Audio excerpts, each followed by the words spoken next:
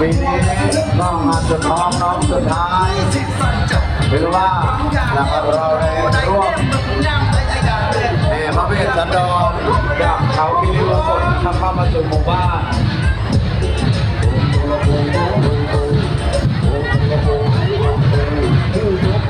มาเต้นหรือเปล่าสุดยอด อยากต้องอยากต้องอยากต้องอันมุ่ง